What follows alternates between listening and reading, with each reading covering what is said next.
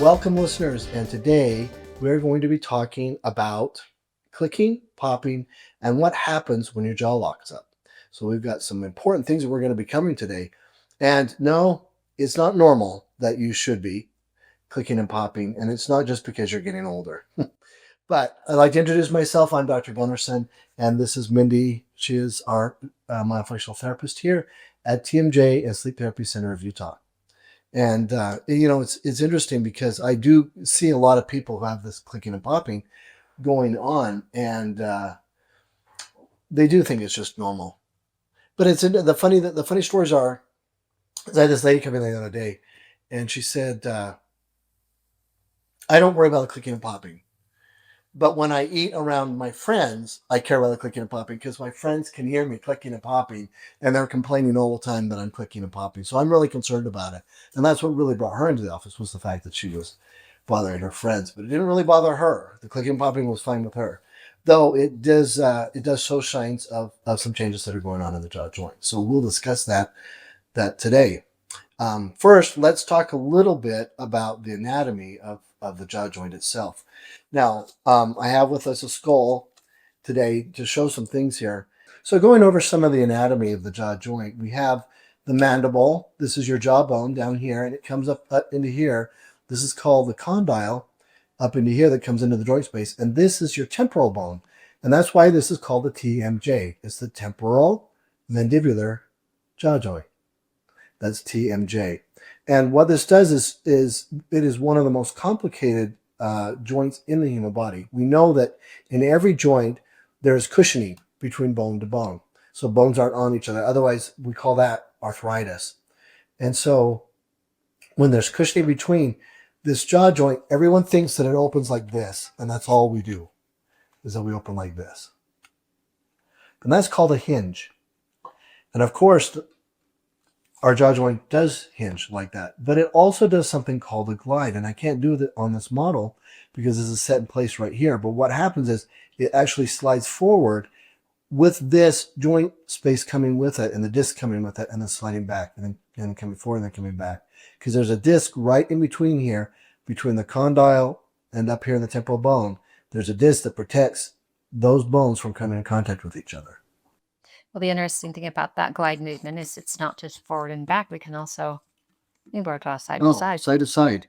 Yeah, it's a very multifunctional sliding motion that's happening in that jaw. So there are a lot of ligaments and a lot of tendons all tied up into this jaw joint, and muscle function to make it work correctly with those ligaments and tendon attachments. So. Right.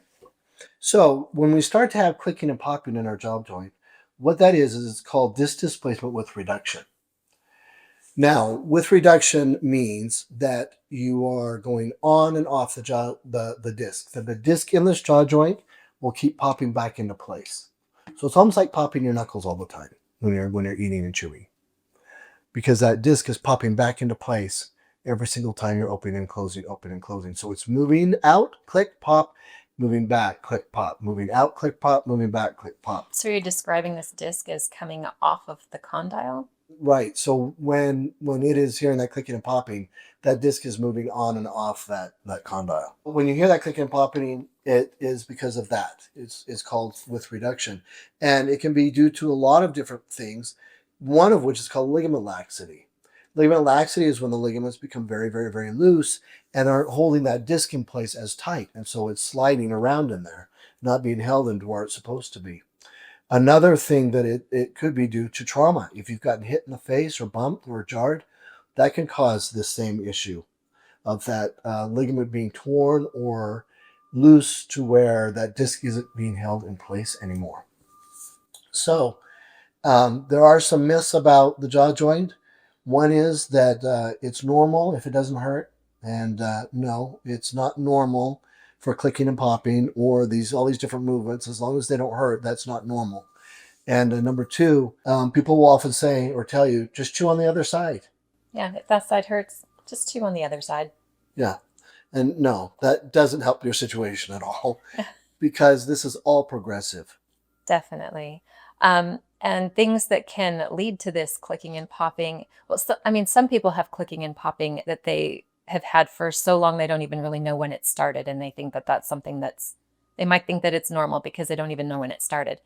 But really it isn't. And some of the things that have contributed to the discs being out of dysfunction, as Dr. Gunnarsson had explained before, with the trauma and different things, but also like posture.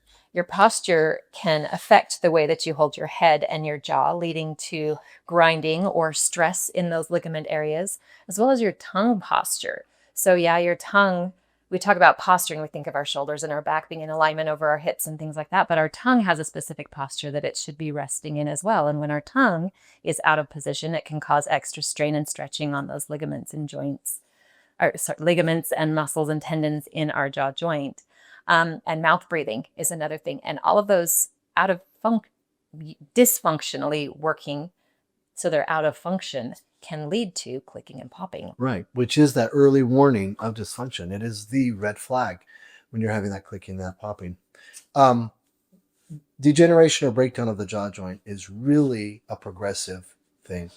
And you can't really say that you're going to be good for the next 40 years of your life with just this little clicking and popping.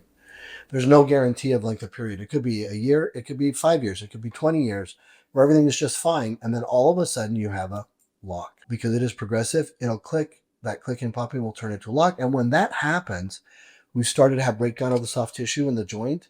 We're starting to see degeneration in the joint. And it can indicate a whole bunch of other things like airway dysfunction or craniofacial imbalance. But the biggest thing is what I see when patients come in the office is the impact that this dysfunction is now having on a person's life. When it no longer is clicking and popping, but now they're starting to experience some discomfort and pain, when they're starting to feel locked some of the time, they don't feel like they can close all the way, or don't feel like they open as wide as they used to anymore. And that pain and stress leads to emotional upset in their lives. And they just, you can see it. You can see that they are worn, they're tired, they're worn out. Yeah, definitely when they affects first come to quality see us. of life. So the question is, what do you call that then when the disc is no longer sitting in the right place? And we call that disc displacement without reduction, meaning that the disc is not going back into place. It is now lost out of place. That disc is now, you are chewing from that bone here to the bone here. You're the only thing keeping it safe in there are ligaments and tendons, muscle tissue. And that's the only thing that's keeping those apart, because that disc is slid out. And that starts giving you a limited opening. And that's where you say, now you're having a locked open or a locked close. A locked close means you can't open as wide. A locked opening means you can't close all the way. So that can be due to muscle guarding, to spasms, trauma, overuse, chronic clenching, and these things just progressively get worse. So why this happens in the first place often has to do, I mean, trauma is one of those things that can happen, but it does often have to do with poor oral habits, like we mentioned before. Thumb sucking in children past the age of 2 is not healthy and can lead to issues of jaw displacement, jaw TMJ dysfunction later on, as well as mouth breathing. Those are two big things that we notice in kids that can lead them to a path of an unhealthy jaw joint. Tongue posture, tongue out of position, out of correct posture, can lead to that extra strain on the jaw joint.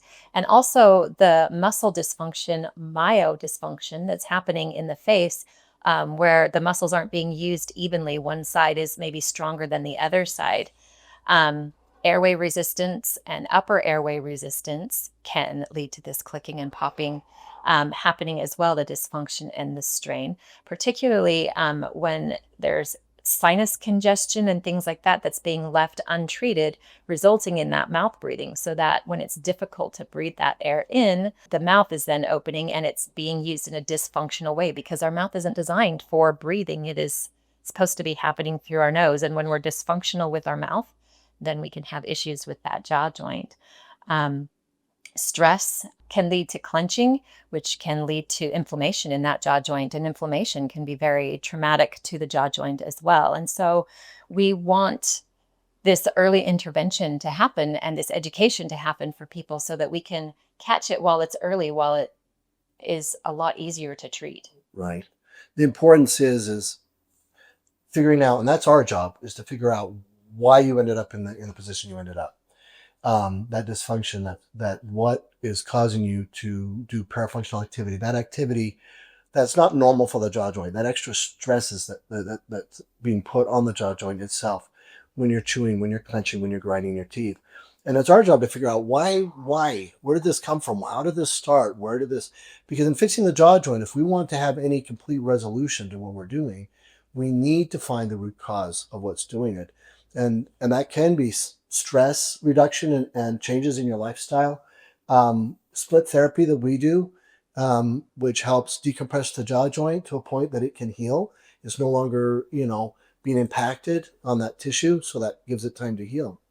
And so, Myofunctional therapy is also one of those things that can absolutely. help get the muscles back in function so that they're working evenly and correctly balanced on both sides. And sometimes additional therapy is needed by referring to a chiropractor or a physical therapist to really correct the parafunction that's been happening. Yeah, absolutely. So, just as a recap, cooking is not harmless. Lockjaw is avoidable. What we need to do is, if you're having these issues, if you're having these problems, absolutely give us a call. We'd love to help you. We offer a free consultation. Sit down with us. We'll go over things that are going on with you and maybe find the root cause there in just our discussion, Right. things that can help you. And if you decide to move forward with an exam, awesome. We'll take you through the exam and figure out all of the details of the treatment plan and what we can do to help you out of the treatment plan. And if you have neighbors, friends, family, anyone that you may know that may be suffering, share this podcast with them. Like us and follow us. Right. Just because it's not hurting doesn't mean it's not a problem. So clicking and popping is not a normal function. And we'd love to have you share this information with somebody you know who may be having this issue. But yeah, like us, subscribe to the channel. We'll be here to teach you more things that are going on. Maybe our next episode might even have to do with headaches that are caused by dysfunction in the TMJ joint. So Headaches are very common these days. A lot of people have headaches. And it's interesting to see, how does my TMJ play into my headaches? So join us next time for some more information on our TMJ on TMJ Unlocked.